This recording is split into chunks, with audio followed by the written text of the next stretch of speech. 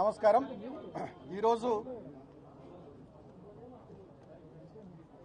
కాంగ్రెస్ ప్రభుత్వం ఈ 3 సంవత్సరాల పాలనలో ప్రభుత్వం ఇచ్చిన 6 గ్యారంటీల మీద కానీ 420 హామీల మీద కానీ వివిధ డిక్లరేషన్ల మీద కానీ ఎవరైతే గట్టిగా మాట్లాడుతున్నారో ప్రశ్నిస్తున్నారో వాళ్ళందరి మీద అక్రమంగా కేసులు పెట్టి జైలుకు పంపించి వేధించుడు వారికి పరిపాటిగా మారిపోయింది.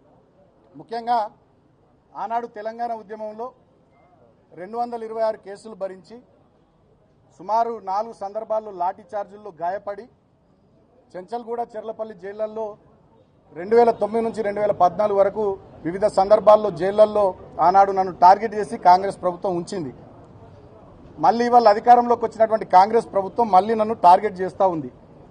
ఈ 3 సంవత్సరాల పాలనలో నా మీద పదుల సంఖ్యలో కేసులు పెట్టింది. మరి పాత రికార్డు వీళ్ళు బద్దలు కొడతారో ఏందో తెలియదు. గతంలో 226 కేసులు ఉండే నా మీద తెలంగాణ ఉద్యమంలో. ఆ రికార్డు బద్దలు కొట్టాలనుకుంటారో ఏమో ఇప్పటి కాంగ్రెస్ ప్రభుత్వం. అక్రమంగా అనేక కేసులు పెట్టి నన్ను వేధిస్తూ ఉంది. మొన్నటికి మొన్న మీరు చూస్తే కేతన్పల్లి మున్సిపాలిటీలో 22 వార్డుల్లో 14 వార్డులు మేము గెలుచుకుంటే కేవలం 7 వార్డులు గెలుచుకున్న కాంగ్రెస్ అన్యాయంగా కేతన్పల్లి మున్సిపాలిటీ చైర్మన్ స్థానాన్ని కైవసం చేసుకోవాలని కుట్ర చేసి నా మీద, నాతో పాటు మా నాయకులు 25 మంది మీద అక్రమ కేసులు పెట్టి నన్ను ఆదిలాబాద్ జైల్లో 16 రోజుల పాటు ఉంచారు. సో అక్కడ అనేక రకాలుగా జైల్లో కూడా ఇబ్బంది పెట్టిర్రు. నాకు థ్రోట్ ఇన్ఫెక్షన్ వస్తే ట్యాబ్లెట్లు ఇయ్యలే. దాదాపు 4-5 రోజుల పాటు విపరీతమైన చలి అక్కడ ఉంటుంది. ఫిబ్రవరి మాసం చలి బాగుంటే నాకు బెడ్షీట్ ఇయ్యలే. అనేక రకాలుగా నన్ను రిస్ట్రిక్షన్స్లో ఉంచుతూ వేధించింది. అయినా వాళ్ళ కడుపు మంట ముఖ్యమంత్రి రేవంత్ రెడ్డిది, మంత్రి వివేక్ది, కాంగ్రెస్ ప్రభుత్వ పెద్దల కడుపు మంట చల్లారనట్టుంది. మళ్ళీ ఇప్పుడు అక్రమంగా కేసులు పెట్టిరు. నేను 2014లో పెద్దపల్లి ఎంపీగా గెలిచిన, సింగరేణి కార్మికుల ఓట్లతో గెలిచిన. ఆనాడు 2018లో చెన్నూరు నుండి ఎమ్మెల్యే గెలిచిన. మా మందమర్రి రామకృష్ణాపూర్ కోల్బెల్ట్ ఏరియా పెద్ద ఎత్తున నాకు ఓట్లేసి ఆనాడు ఆశీర్వదించారు. ఇప్పుడు మేము ఓడిపోయినప్పటికీ కూడా ఆ ప్రాంత కార్మికుల పట్ల ఈ కాంగ్రెస్ ప్రభుత్వం చేస్తున్నటువంటి అన్యాయాలు, మోసాలు దాన్ని నిరంతరం ప్రశ్నిస్తూనే ఉన్నాం.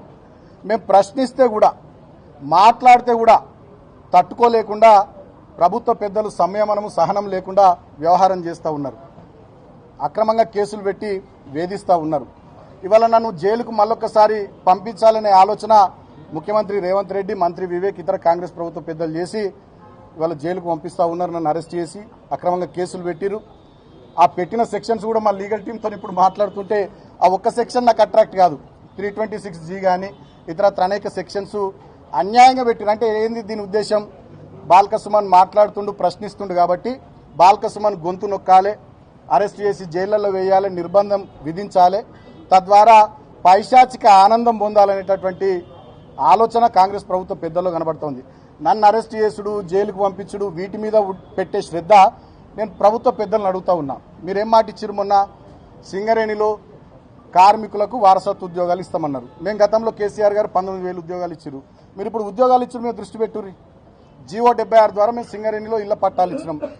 ఒక రామకృష్ణపూర్లోనే 3,366 కుటుంబాలకు మేము పట్టాలు ఇచ్చినాం. ఇప్పుడు మీరు పట్టాలు ఇచ్చడం మీద శ్రద్ధ పెట్టుర్రి. ఒక్క పట్టా కూడా ఇవ్వలే ఈ 3 ఏళ్లలో.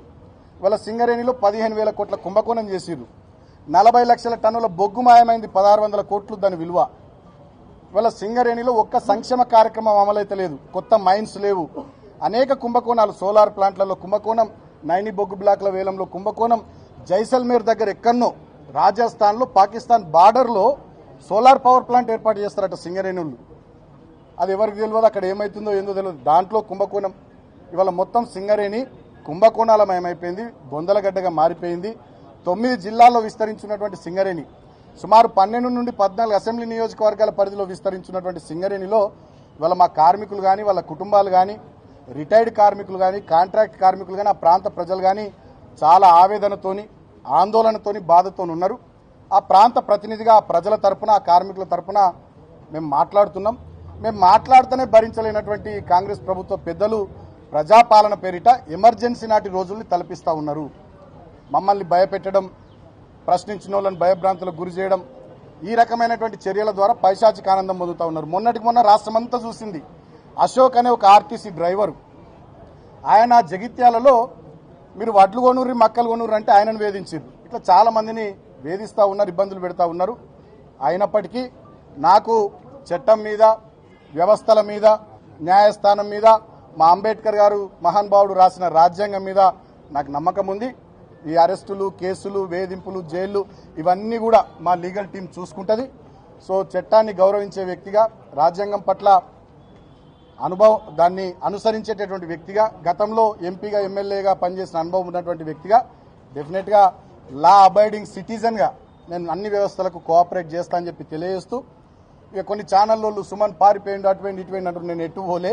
తెలంగాణ భవన్లో మా పార్టీ యాక్టివిటీ ఉంది, విద్యార్థి విభాగానికి సంబంధించినటువంటి మెంబర్షిప్ యాప్ తయారు చేసేది ఉంది. ఆ పనిలో మేము నిమగ్నమైన, మేము ఎటు పోలే.